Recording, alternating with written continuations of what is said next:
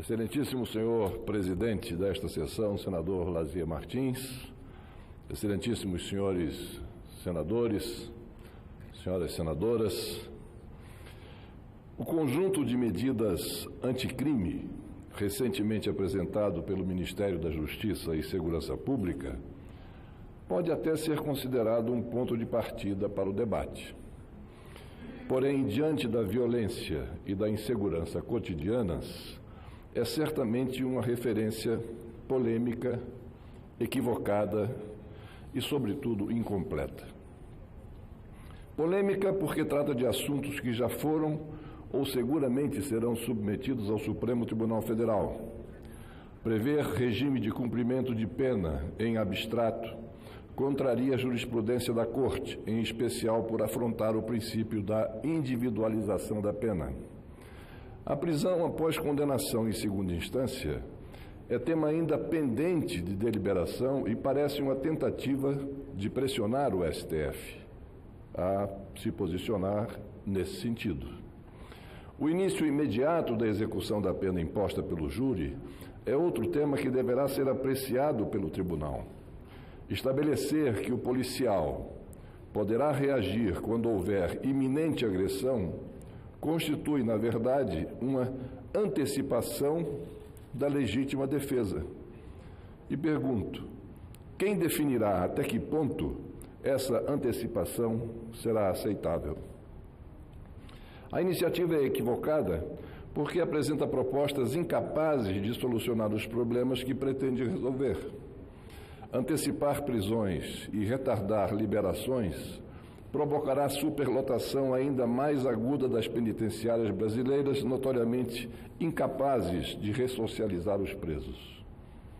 Além disso, o texto apresentado nomeia facções criminosas, o que significa o reconhecimento cabal da sua existência com prejuízos potenciais incalculáveis para o combate a esses mesmos grupos.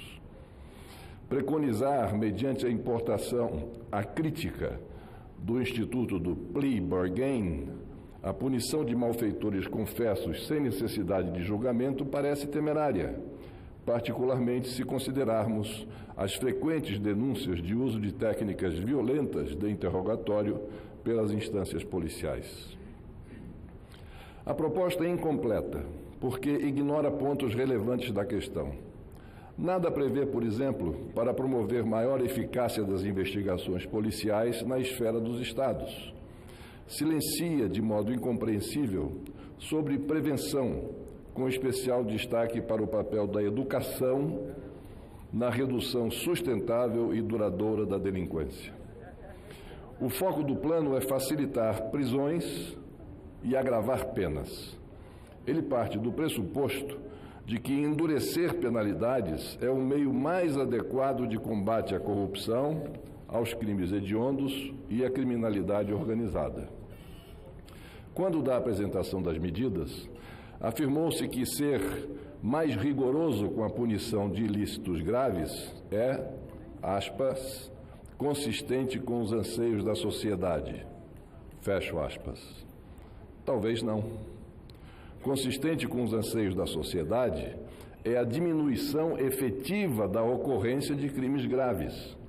Entre punir exemplarmente um delinquente e não ter a quem reprimir porque inexistiu o delito, a escolha parece óbvia, pelo menos aqueles que desejam abordar a questão sob uma perspectiva mais ampla. Ao prever novos casos de início de cumprimento da pena em regime fechado, restringir as hipóteses de progressão de regime e banalizar a prisão após condenação em segunda instância, essa linha de ação tende a provocar o aumento da população carcerária, o encarceramento em massa. Essa lógica afronta um paradoxo cruel, ou melhor dizendo, essa lógica aprofunda um paradoxo cruel já existente. Quanto maior o número de detentos, mais forte o crime organizado. Quanto mais se prende, mais pessoas estarão submetidas à lei que impera no interior dos cárceres. As penitenciárias brasileiras são escritórios do crime. O primeiro ato de uma pessoa recém-encarcerada é escolher a qual facção deverá afiliar-se, para garantir a sua sobrevivência. Portanto, quanto mais prisioneiros, maior o número de candidatos a ingressar nessas organizações, a contar com o nosso sistema prisional hoje em dia. Em vez de enfraquecer, portanto, o crime organizado, as medidas propostas pelo Ministério da Justiça e Segurança Pública acabarão por fortalecê-lo. Trabalharão em favor da criminalidade ao lotar presídios com militantes que permitirão aos grupos criminosos ampliar a sua atuação. Mas a maior e mais grave deficiência da iniciativa é que ela passa ao largo de aspectos essenciais a uma estratégia efetiva de redução da delinquência. Manter o foco na repressão demonstra descrença nas pessoas e na capacidade da sociedade de moldar o caráter e o comportamento dos seus integrantes. Significa, acima de tudo, ignorar o papel da educação na prevenção do crime e na ressocialização dos presos. O plano propõe medidas cruas. Elas incorrem na mesma ideia falaciosa de que reduzir a maioridade penal implicará necessariamente a redução da criminalidade. Não há como termos certeza de que ações desse tipo trarão resultados positivos. Pelo contrário, verificamos que elas não resolvem, por si sós, as questões de modo abrangente e consistente. As verdadeiras perguntas que deveríamos nos fazer são: como prevenir ilícitos? O que precisamos fazer para minimizar as ocasiões em que cheguemos ao ponto de ter que punir um malfeitor? Faltam ao pacote, portanto, um olhar humano e um caráter humanista. Imprescindíveis para a solução dos desafios mais básicos de uma sociedade civilizada. Esse olhar humano e esse caráter humanista. A proposta peca ao não reconhecer a importância da educação de qualidade na prevenção da delinquência e da reincidência criminosa. Essa é uma enorme lacuna no plano de segurança pública apresentado. Esse silêncio, entretanto, é eloquente. Demonstra rara ingenuidade no trato de uma questão que abrange aspectos tão distintos quanto interdependentes, como prevenção, investigação, inteligência, apenamento e ressocialização. Facilitar prisões e agravar penas não basta. É preciso atacar pela base, enfrentar as causas fundamentais da criminalidade.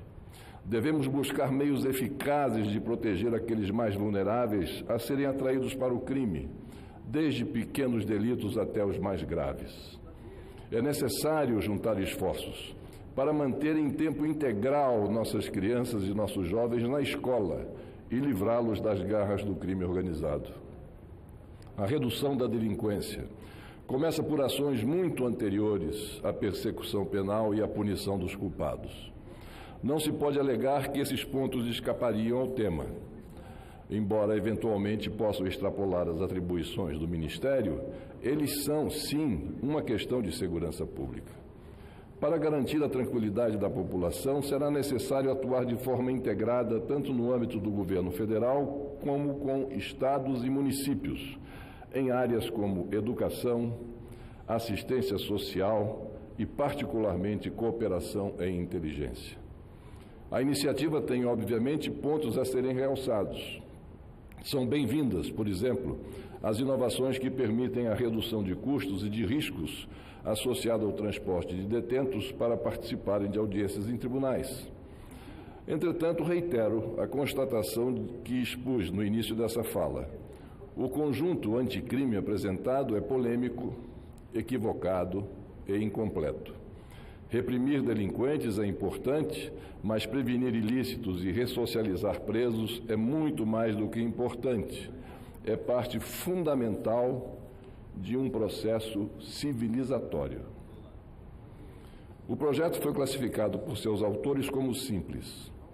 Lamentavelmente, constata-se que ele é, na verdade, uma iniciativa simplista, que propõe medidas pontuais e superficiais, que deixam de lado aspectos indispensáveis da questão. Soluções dessa natureza são insuficientes para equacionar problemas complexos. É preciso reconhecer, compreender e enfrentar essa complexidade. Abordagens mais abrangentes permitiriam à sociedade debater, por exemplo, se é melhor castigar ou prevenir, construir presídios de segurança máxima ou escolas de máxima qualidade e em tempo integral. Isso é possível, mas trabalhoso. A formação do governo com ministros técnicos foi diversas vezes festejada como um meio apto a facilitar o diálogo entre as diversas pastas e possibilitar a construção de soluções articuladas. Muito festejado esse fato. A segurança pública demanda soluções desse tipo, e o debate sobre o tema é uma excelente oportunidade, excelentíssimo senhor presidente, excelentíssimos senhores senadores, senhoras senadoras. A segurança pública demanda soluções desse tipo, e o debate sobre o tema é uma excelente oportunidade para o governo começar a demonstrar na prática o acerto nessa nova forma de atuação. Era o que tinha a dizer. Muito obrigado a você.